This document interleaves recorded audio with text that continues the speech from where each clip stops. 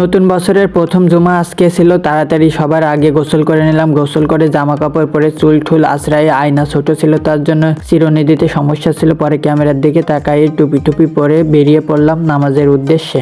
Match থেকে বেরোনোর সাথে সাথে ক্যামেরা অন করে দেখে নিচ্ছি যে আমাকে ভিডিওতে কেমন দেখাচ্ছে। আস্তে আস্তে হাঁটা শুরু করলাম। হাঁটতে হাঁটতে তাকাচ্ছি এদিক ওদিক। এর মধ্যে দেখতে পাচ্ছি যে চুল বেরোয় গেছে। চুল ঠুল ঠিক করে নিচ্ছি, নিয়ে টুপির ভিতরে ঢোকায় নিচ্ছি।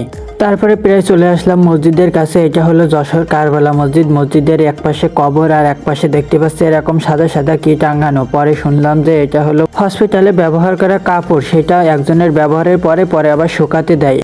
এরপর সামনের ক্যামেরাটা অন করে আস্তে আস্তে হাঁটতে হাঁটতে চলে গেলাম প্রায় কারবালা মসজিদের কাছে।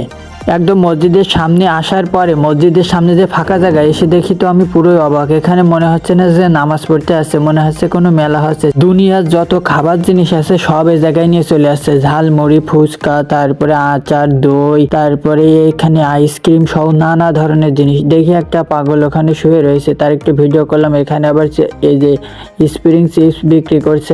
এরপর কম টাকায় সব থেকে প্রিয় খাবার ঝালমুড়ি, যেটা 10 টাকা করে ভাইরাল, সেই মামার ঝালমুড়ি খাওয়ার জন্য চলে আসলাম। মামার কাছে বললাম, মামা আপনি এত দেরি করে আসলেন কেন? মামা বললো যে একটা পরীক্ষা চলছিল, আমি সেখানে ছিলাম, তার জন্য দেরি করে আসছি। তো তারপরে মামার কাছ থেকে একটা ঝালমুড়ি নিলাম। ঝালমুড়ি নেওয়ার পরে একটা ভাইকে পেলাম। ভাইকে পাওয়ার পরে বলছি, ভাই আমার একটা ভিডিও করে দেন। ভাই অনেক বড় মনের মানুষ ছিল, বলার সাথে সাথে রাজি হয়ে গেল। তারপর ভাইকে ক্যামেরাটা দিয়ে খেয়ে দেখছি কেমন স্বাদ হয়েছে। আসলে 10 টাকার ভিতরে এত সুন্দর স্বাদ হবে আপনারা না খেলে বুঝতে পারবেন না। তারপরে ভাইকে বলছি, ভাই আমার সাথে সাথে একটু আশেপাশের ভিউটা নিয়ে দেখান। তারপর ভাইটা আশেপাশের ভিউটা নিয়ে দেখালো। এর মধ্যে আবার নামাজ পড়ার টাইম হয়ে গেল। খাওয়া শেষ করে চলে গেলাম মসজিদে নামাজ পড়ার জন্য।